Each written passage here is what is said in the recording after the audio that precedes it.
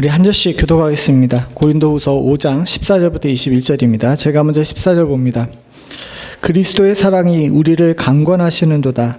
우리가 생각컨대 한 사람이 모든 사람을 대신하여 죽었은즉 모든 사람이 죽은 것이라.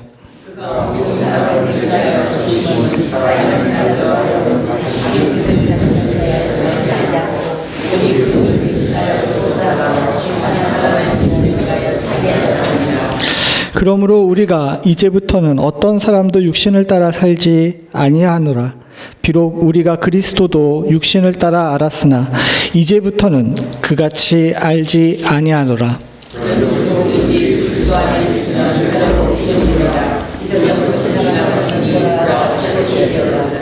모든 것이 하나님께로서 났으며 그가 그리스도로 말미암아 우리를 자기와 화목하게 하시고 또 우리에게 화목하게 하는 직분을 주셨으니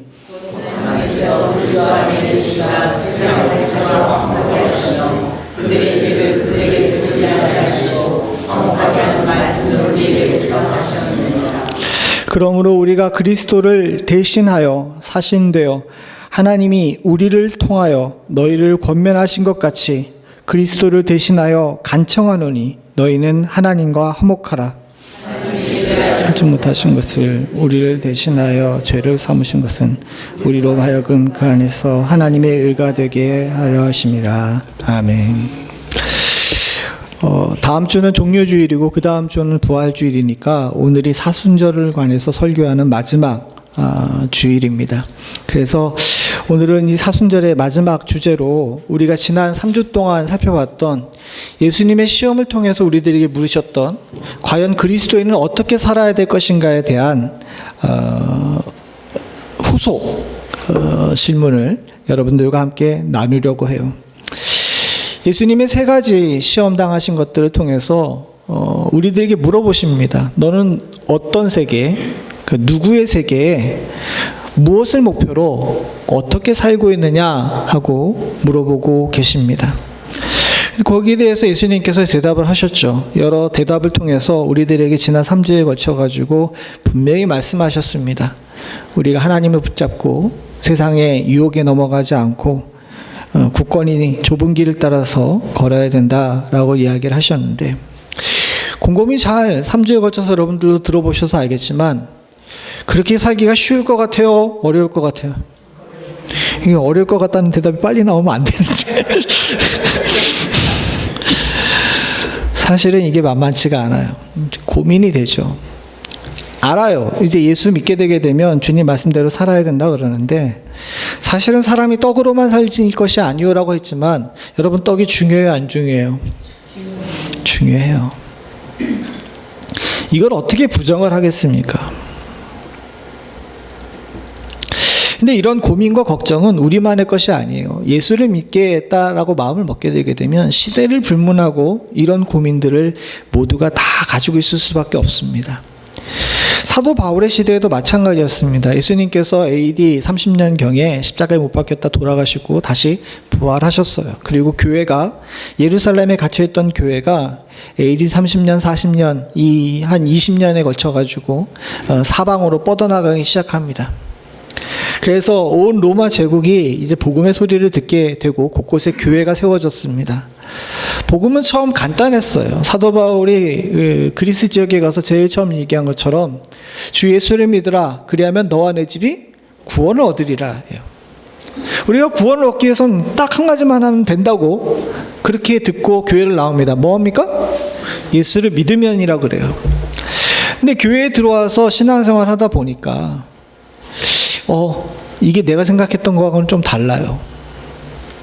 AD 40년경까지 교회가 예수를 믿으면 구원을 얻으리라는 복음으로 사방에 이렇게 간단한 복음으로 온 곳에 퍼졌는데 시간이 지나고 나서 AD 40년 후반경 그리고 50년쯤 되니까 교회들마다 고민이 쌓이기 시작한 겁니다.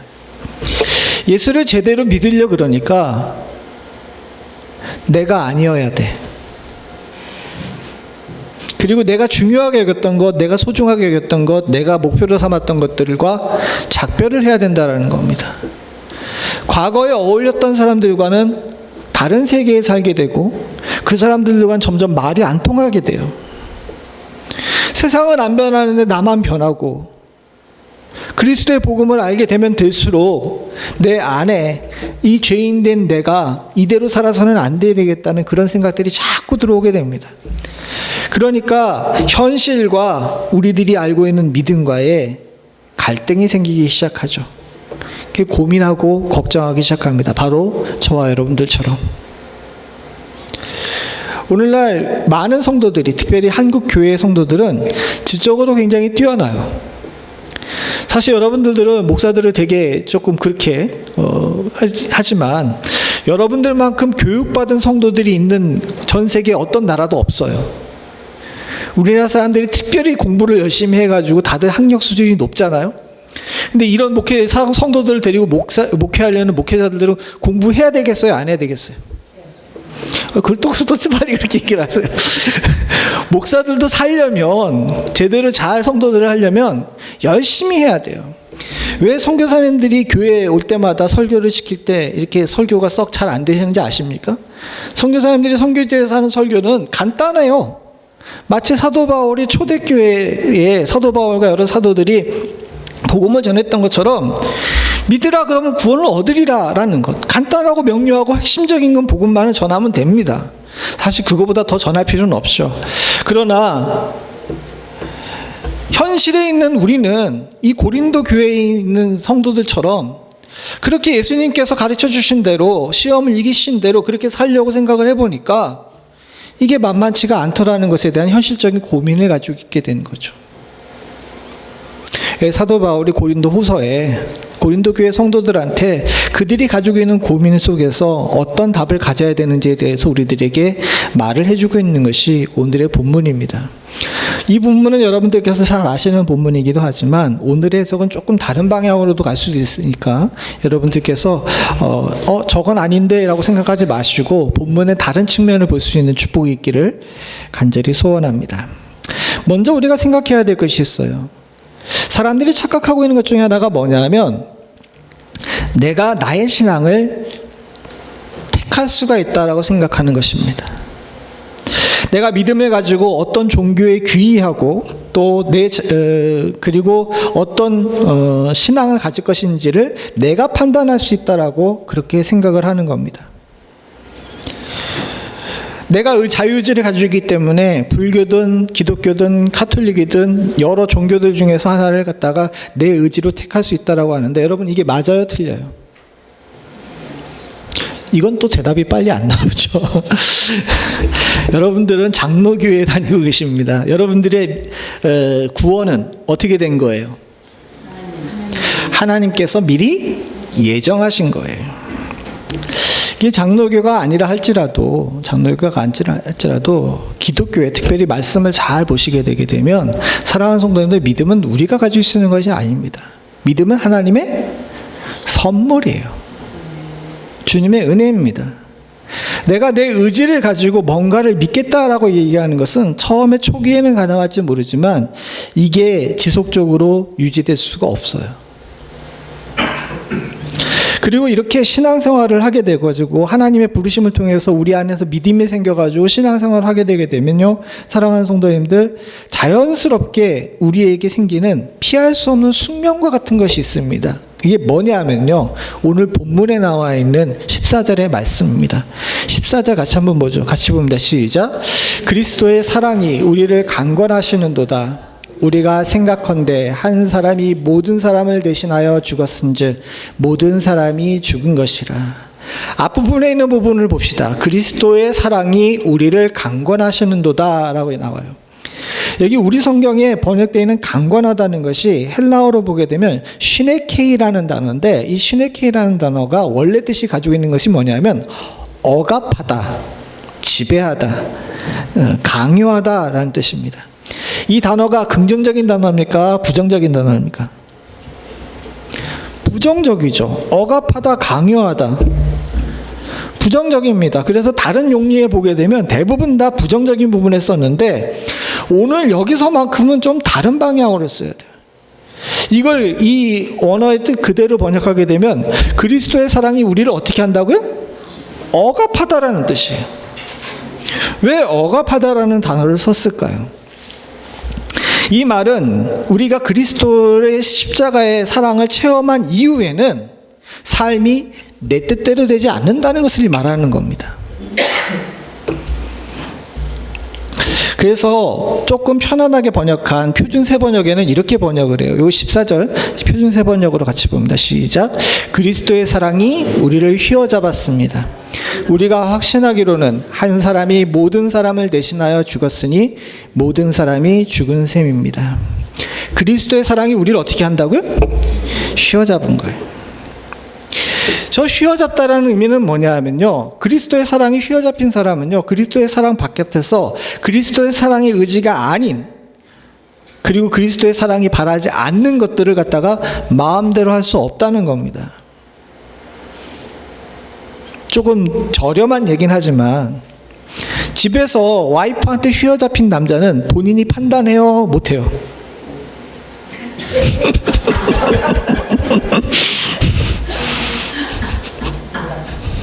몰라요? 본인이 판단해도 행동하지 못해요. 생각이 있으니까 판단까지는 할 수 있지. 근데 어떻게 행동해요? 못해요? 못하죠. 왜? 마누라가 무섭거든. 경험에서 나온 얘기는 아닙니다. 그럴 때 여기 휘어잡히다라는 단어를 쓰잖아요. 그러니까 여기서 왜 사도 바울이 강요하다라는 단어를 썼는지를 갖다가 잘 생각해 봐야 됩니다. 사랑하는 성도님들, 우리가 성도가 됐다는 것은요, 성도가 됐다는 것은 이제 뭔가 내 뜻대로, 내 의지대로, 내 욕망대로 되지 않는 부분이 생겼다는 것을 의미하는 거예요. 그래서 예수님께서도 분명히 이야기하십니다. 제자들에게 뭐라고 얘기하십니까? 누구든지 나의 제자가 되려면 자기를 부인하고 자기 십자가를 지라 그러잖아요. 여기서 자기를 부인하다는 건 뭐냐 하면요, 이제는 내 욕망과 내 뜻과 내 의지가 아닌 그리스도의 사랑, 그리스도의 십자가, 예수 그리스도에게 휘어잡혀가지고 내 의지대로 움직일 수 있는 사람이 아니게 됐다는 것을 의미하고 있는 것입니다. 다르게 얘기하게 되게 되면요, 사랑하는 성도님들, 이젠 우리가 마음대로 죄를 지을 수도 없고요, 이젠 우리가 마음대로 다른 사람을 미워할 수도 없어요. 아니 목사님, 여전히 난 죄 짓고 여전히 미워하는데요 라고 생각하시지만, 우리가 예수를 알기 전과 예수를 안 이후를 구분해 봅시다. 예수를 알기 전에는 죄를 짓고 다른 사람을 미워하고 다른 사람에게 해코지하는 일들에 대해서 브레이크가 없었어요. 그러나 예수 믿은 이후에는 우리가 뭔가를 행동하고 우리의 감정을 표출하고 누군가를 향해서 죄를 짓거나 미워할 때 우리 마음속에 뭐가 생깁니까? 그리스도인의 양심이 생기죠. 그래서 너 이게 맞아? 이게 바른 거야? 이렇게 하시면 주님께서 기뻐하시겠어? 묻고 있는 주의 질문이 자꾸 우리를 갖다가 어떻게 합니까? 휘어잡는 거예요. 과거에는 우리가 성질대로 살았습니다. 그렇죠? 여러분, 지금 여러분들 성질대로 사십니까? 사랑하는 성도님들, 이제 우린 성질대로 살 수 있는 사람이 아니게 됐어요. 왜? 여기 나와 있는 것처럼 그리스도의 사랑이 우리를 휘어잡았기 때문이죠. 우리가 제대로 믿을 수 있는가라고 고민을 할 때가 많습니다. 사랑하는 성도님들, 그건요, 우리가 고민해봐야 소용이 있는 일이 아닙니다. 누가 누구에게 믿음을 자랑하겠습니까? 난 신앙생활 잘해? 어떻게 평가할 거예요? 주일날 예배 또박또박 출석하고 헌금 많이 한다고 신앙생활 잘한다고 이야기할 수 있습니까? 그건 하나님 앞에서 주관적인 판단의 영역이에요. 사랑하는 성도님들과 제가 신앙생활 한다는 건요, 사실은요, 우리의 의지가 포함되어 있는 것 같지만 아닙니다. 그리스도의 사랑에 휘어잡혀 있기 때문에 나도 모르는 사이에 그리스도의 사랑에 끌려다니고 있는 것이 우리예요. 그러니까 고린도 교회 성도들이 고민하고 있는 것처럼 내가 예수를 제대로 믿을 수 있을까라는 고민은, 사랑하는 성도님들, 죄송한 얘기인데 쓰잘데기 없는 고민입니다. 우리들에게도 마찬가지예요. 우리가 신앙생활 잘할 수 있을까라고 고민하고 있는 경우가 많아요. 근데 여러분, 그런 고민할 때 고민하지 마시고 말씀대로 행동하는 일을 하세요. 그게 이게 우리에게 유익한 일인 줄로 믿습니다. 예수님이 3가지 시험을 이기면서 우리들에게 제시했던 길, 사실 우리들에게 쉽지 않아요. 그게 정확하죠. 사람이 어떻게 떡을 무시할 수 있습니까? 그러나 사랑하는 성도님들, 우리의 삶을 자세하게 들여다보게 되면 과거에는 떡에 지배됐던 사람들이지만 지금에 와서는 어때요? 때때로 떡 정도는 포기할 수 있지라는 사람으로 변해왔어요. 그죠? 그리고 앞으로 우리는 떡이 아닌 말씀으로 살 수 있는 사람이 되는 그 과정에 지금 길을 가고 있는 줄로 믿습니다. 사랑하는 성도님들, 이제는 우리는 우리의 의지와 상관없이 그분의 사랑이 우리를 주장하기 시작했습니다. 그리고 아직 완성되진 않았지만 그 길을 겪고 있는 여러분들께서는 여기 나온 대로 그리스도의 사랑에 휘어잡힌 사람인 줄로 믿습니다. 과거에는 우리 옆에 있는 사람이 되게 미워 보였을 수 있어요. 그러나 그리스도의 사랑이 우리 안에 작동하게 되게 되면 점점 사랑스러워지고 점점 이해하게 되고 점점 저들을 향하여서 더 기쁜 마음을 품을 수 있게 되는 것이 성도의 삶이고, 그 성도의 삶을 예수 그리스도께서 우리 안에서 지금 만들어가고 계시는 줄로 믿습니다. 사랑하는 성도님들, 걱정하고 고민하지 마세요. 여러분들의 신앙은 주님께서 키우실 줄로 믿습니다.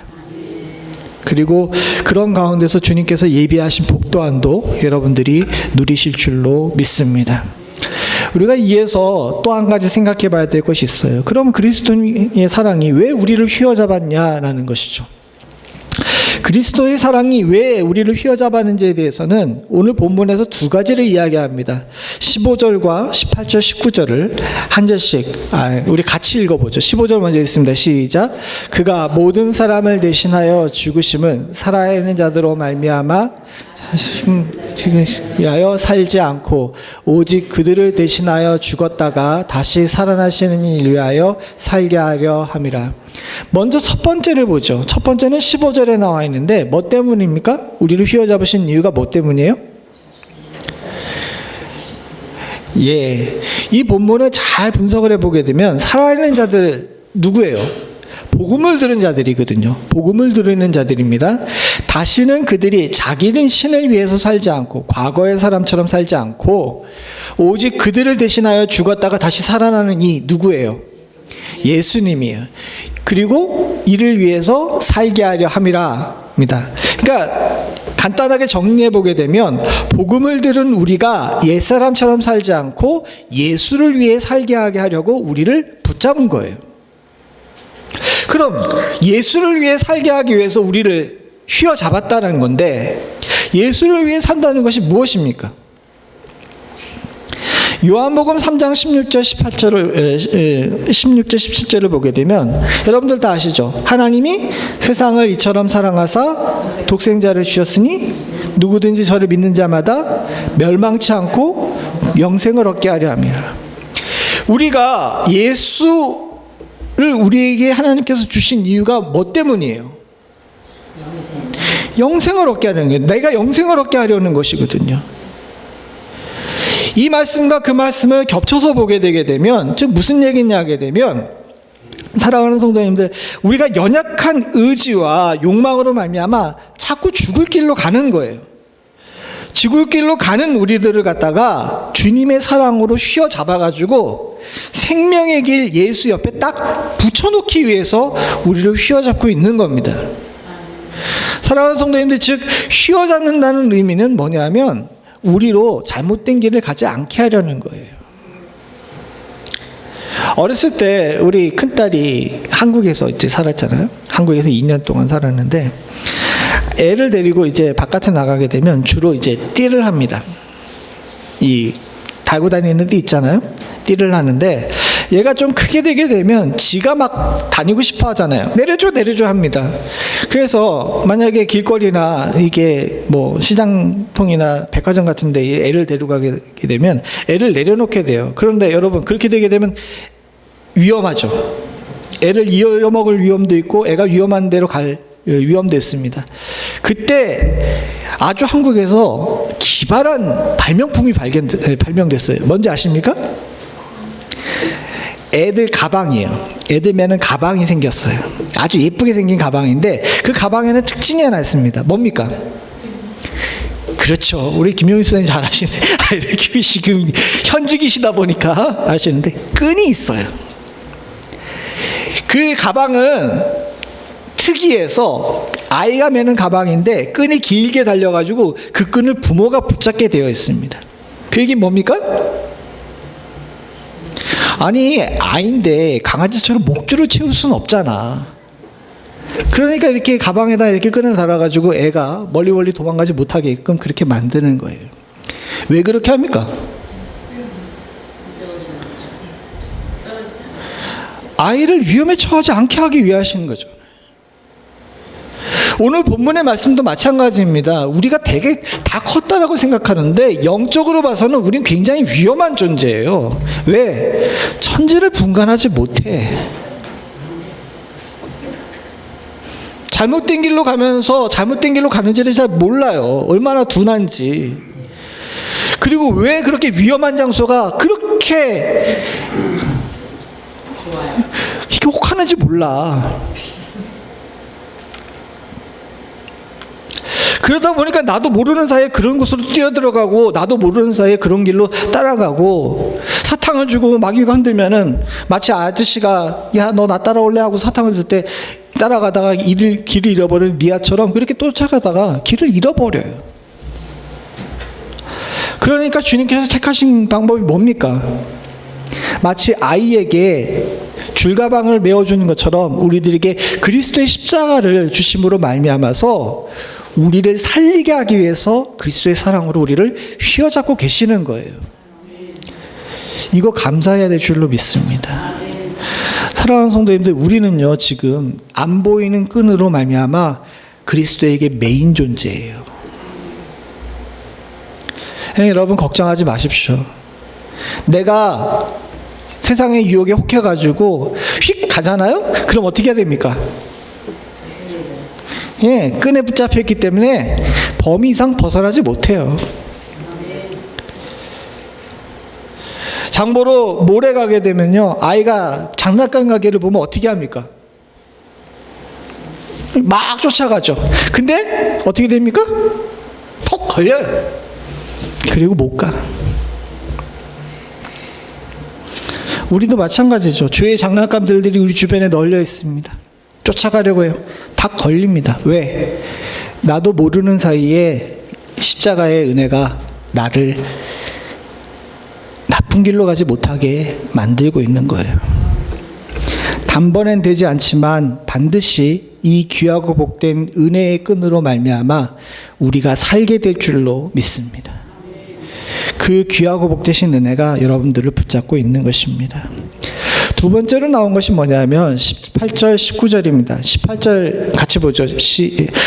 두 절 같이 봅니다. 시작. 모든 것이 하나님께로서 났으며 그가 그리스도로 말미암아 우리를 자기와 화목하게 하시고 또 우리에게 화목하게 하는 직분을 주셨으니 곧 하나님께서 그리스도 안에 계시사 세상을 자기와 화목하게 하시려고 그들의 죄를 그들에게 돌리지 아니하시고 화목하게 하는 말씀을 우리에게 부탁하셨느니라. 두 번째는 화목의 소명을 위해서 우리를 휘어잡고 계시는 겁니다. 예수 안에 사는 것은요, 나만을 위해 사는 것을 말하지 않습니다. 예수 안에 사는 것은 세상을 위해 세상과 그리스도를 화목하게 하는 직분을 갖는 것이에요. 여러분들은 이미 그리스도인이라는 이름을 가지고 있고 그리스도의 십자가를 알았기 때문에 이 화목의 직분을 다 가지고 계신 겁니다. 이 화목의 직분은 직접적으로는 그리스도의 말씀을 사방에 전하는 거예요. 우리가 쉽게 이야기하게 되면 이걸 전도라고 이야기하죠. 간접적으로는요, 그리스도의 사랑을 그리스도의 말씀을 세상에 실천하는 것을 말합니다. 이 예는 크게 생각하게 되면 사회 정의나 구제와 같은 것들을 이야기하고, 작게 얘기하게 되면 주일학교 선생님들이 아이들에게 말씀을 가르치는 것도 그리스도의 말씀을 실천하는 거예요. 여러분들의 가정에서 여러분들의 가정을 화목하게 하고, 교회 안에서 봉사하고, 여러분들의 직장에서 열심히 일하는 것도 바로 여기 나온 대로 세상을 화목하게 하는 직분을 실천하는 겁니다. 우리는요, 이런 직분을 가지고 있기 때문에 이 일에 충성해야 됩니다. 이게 하나님께서 우리들에게 주신 소명이에요. 직접적인 것에 대해서는 타협의 여지가 없습니다. 전도는 누구나 다 해야 되는 거예요. 하나님 말씀을 증거하고 그들과 하나님 사이를 화목하게 하는 것은 우리들에게 맡겨주신 직분이기 때문에 이건 해도 되고 안 해도 되는 것이 아니라 반드시 해야 되는 겁니다. 그러나 이제 간접적인 부분에 있어서는 우리가 그 부분에 대해서 고민을 해야 돼요. 누구나 다 사회정의를 부르실 수 없고, 누구나 다 교사가 될 수가 없고, 누구나 다 목사가 될 수는 없잖아요. 직접적인 부분에 있어서 전도는 모든 사람이 다 한다 그러지만, 간접적인 부분에 있어서 실천하는 부분에 있어서는 각자 개개인에 맡겨진 달란트대로 하는 겁니다. 이 달란트를 어떻게 사용할 것인가가 우리들의 고민이 돼야 돼요. 즉, 되게 어려운 얘기처럼 느껴질지 모르지만, 이제는 우리가 삶의 목적을 마음대로 결정할 수 있는 존재가 되지 않았습니다. 우리의 삶의 목적은 고정이 됐어요. 어떻게? 세상과 하나님을 화목하게 하는 것이 우리들의 삶의 목적이에요. 이건 고정이 된 거예요. 이제 우리들은 다른 고민을 해야 됩니다. 어떻게 살 것인가에 대한 고민을 해야 되는 거죠. 무엇을 위해 살 것인가에 대한 고민이 아니라 어떻게 살 것인가에 대한 고민을 해야 하는 겁니다. 그리고 더 직접적으로 얘기하게 된다면 어떻게 이것을 구체적으로 실천할 것인가에 대한 고민을 해야 되는 거예요. 사랑하는 성도님들, 우리는 아까 전에 말씀드린 것처럼 성격이 바뀐 사람입니다. 과거에 하나님의 사랑에 붙들리기 전에는 무엇을 위해 살지? 이런 고민을 합니다. 여러분, 무엇을 위해 살았어요? 뭐 아주 한국의 유명한 얘기죠. 여러분, 살기 위해 먹어요? 먹기 위해 살아요? 이런 말장난 같은 고민은 이제 우리들에게 있어서 문제가 아니라는 거예요. 여러분들, 누가 여러분들에게 무엇을 위해 사냐고 물어보면 뭐라고 해야 됩니까? 그리스도를 위해 산다라고 이야기하는 것이 정답이죠. 정답은 다 가졌어요. 진짜 우리가 고민해야 되는 것은 뭐냐 하면요, 사랑하는 성도님들, 이렇게 목적지가 분명한데 어떻게 이것을 실천할 것인가에 대한 고민이, 이것만 하면 되는 겁니다. 그러니까 사랑하는 성도님들, 신앙생활을 할 때 너무 복잡하게 생각해서는 안 돼요. 그리고 신앙의 가르침이, 말씀의 가르침이 나를 누른다라고 생각하지 마시기 바랍니다. 그건 괜히 만들어내는 고민이고 우리들에게서 불필요한 고민이에요. 우리들이 진짜 해야 되는 것은, 사랑하는 성도님들, 우리들이 우리의 삶 속에서 만난 예수 그리스도를 세상 사람들에게 어떻게 알려주지? 이것만 고민하시면 됩니다. 그렇게 하시면 하나님께서 모든 것을 더하실 줄로 믿습니다. 먼저 그의 나라와 그의 의를 구하라. 그리하면 이 모든 것을 너희에게 더하시리라. 주께서 하신 말씀은 분명히 바로 그겁니다. 사랑하는 성도님들, 왜 성도들이 하지도 않아야 될 고민을 자꾸 하시는지 아십니까? 왜 그런지 아세요? 자기가 새 것이 됐다는 것을 자꾸 잊어먹기 때문이에요. 본문 17절 같이 한번 봅니다. 시작. 그런즉 누구든지 그리스도 안에 있으면 새로운 피조물이라. 이전 것은 지나갔으니 보라 새 것이 되었느니라. 여러분들이 오늘 본문에서 가장 잘 알고 있는 본문인데, 이 본문이 왜 나왔는지 이제 아시겠죠? 고민하고 있는 고린도인 교인들에게 이야기를 하는 겁니다. 왜 옛사람처럼 생각하고, 왜 옛사람의 고민을 가지고 왜 옛길을 걸으려고 하냐는 거죠. 너희는 이제 존재 자체가 달라진 새 것이라는 겁니다. 새로운 피조물, 새 것이라는 것이에요. 그러니까 과거에 했던 고민이나 과거에 했던 걱정이나 이런 것들은 불필요한 겁니다. 옛사람을 그대로 가지고 들어와서 교회 신앙생활 하려고 그러니까 떡이 부담스러워지는 거예요. 그러나 사랑하는 성도님들, 이제는 물을 수 없는 그리스도의 사랑의 포로가 됐습니다. 여러분들은 세상 사람들에게 또 죄악의 포로가 된 것은 해방될 수 있어요. 근데 죄송한 얘기인데 예수의 포로 된 우리는 벗어날 수 없습니다. 이럴 때는 좀 이렇게 비열하게 웃으면서 니들은 이제 끝이야 라고 이렇게 해야 되는데 누가 그리스도의 사랑에서 벗어날 수 있겠어요? 오죽하면 뭐라 그럽니까? 누가 그리스도의 사랑에서 우리를 끊을 수 있으랴라고 이야기하잖아요. 이 끈은요, 사랑하는 성도님들, 세상의 어떤 환난과 근심과 마귀의 공격도 끊을 수 없는 절대적인 끈이에요. 그러니까 여러분들이 이제 과거의 사람들을 그대로 가지고 가고 있는 고민들은 다 내려놓으시길 바랍니다. 이젠 딱 한 가지만 고민하면 됩니다. 뭐만 고민하면 되는지 아십니까? 사도 바울이 너무 복잡하게 살고 있는 고린도 교인들한테 다 때려치우고 딱 한 가지만 고민하라 그래요. 어떤 고민이냐면 20절 같이 봅니다. 시작. 그러므로 우리가 그리스도를 대신하여 사신되어 하나님이 우리에게 통하여 너희에게 권면하신 것 같이 그리스도를 대신하여 간청하노니 너희는 하나님과 화목하라. 딱 이거 하나만 고민하라고 이야기를 하고 계시는 겁니다. 어느 아이가 고아였어요. 이 고아였던 아이가 그래도 다행스럽게 누가 입양하겠다는 얘기를 줘서 입양을 하게 됐습니다. 그래서 한 집에 들어갔어요. 양부모가 참 좋은 양부모예요.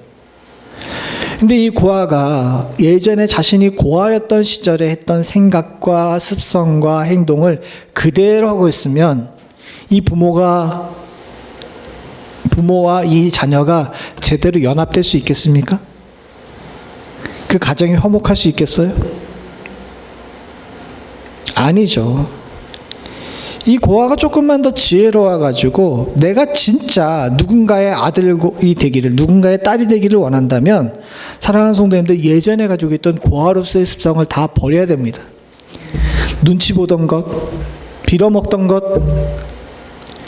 패배의식, 장래에 대한 걱정, 이런 것들 다 내려놓고 이제는 능력 있는 부모 밑에서 그 부모가 주는 밥 먹고 그 부모가 제공하고 있는 편안한 안식과 보호 가운데서 앞으로 성장하는 것만 열심히 하면 되는 줄로 압니다. 그럼 여러분들에게 한번 물어보죠. 우리는 이제 죄악에 잡혀있던 과거의 고아 같은 자들이었어요. 근데 주님께서 뭘 보고 그러셨는지 모르지만 정말 보잘것없고 온 세상에 때국물을 잔뜩 묻히고 있던 우리를 택하셔서 이젠 당신의 아들이자 딸이라고 불러주십니다.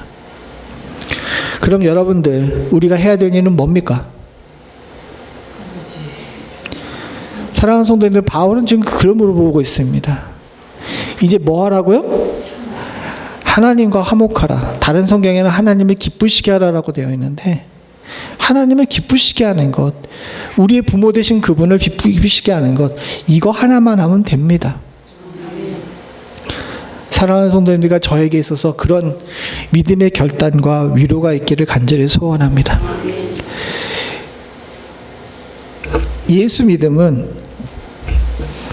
어렵지만 복잡하지 않아요.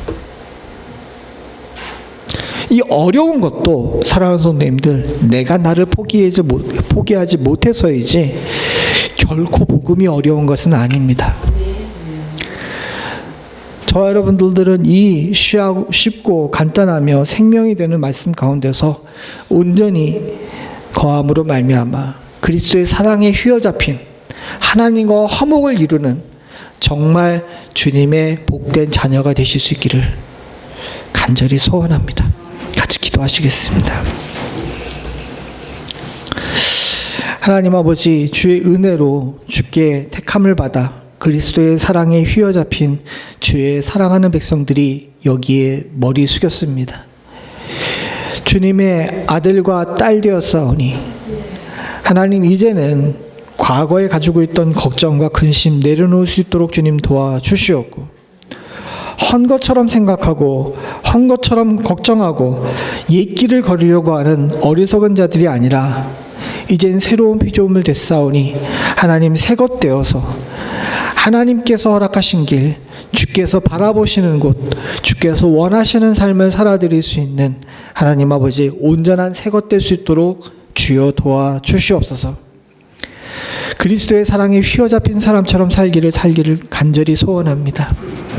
아버지 하나님, 아직도 세상에 이리저리 휘둘려 살지 않을 수 있도록 주님 도와주시옵고, 우리를 그 누구도 끊을 수 없는 끈으로 붙잡아 매신 주의 사랑이 나를 붙들고 있음을 항상 기억하고 중심을 잃지 않을 수 있는 축복이 저희들 가운데 있을 수 있도록 주여 도와주시옵소서.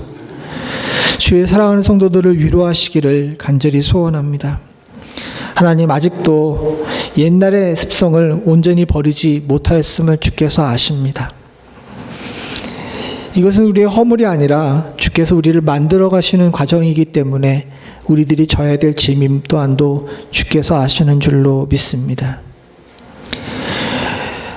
떡으로 인해 여러모로 힘들고 어려운 우리들, 하나님, 세상의 영광을 때문에 마음에 상처받고 괴로워하고 있는 우리들 가운데 주여 찾아오시사 하나님, 위로하시고 그 길이 아니야, 나와 함께 가자, 나를 보듬어 안으시는 주의 음성이 우리의 삶을 주장할 수 있도록 주여 도와주시옵소서. 나의 삶을 점점 변화시켜 가시는 하나님의 은혜가 우리 가운데 있기를 간절히 소원하옵고, 모든 말씀 예수님의 이름으로 기도드리옵나이다. 아멘.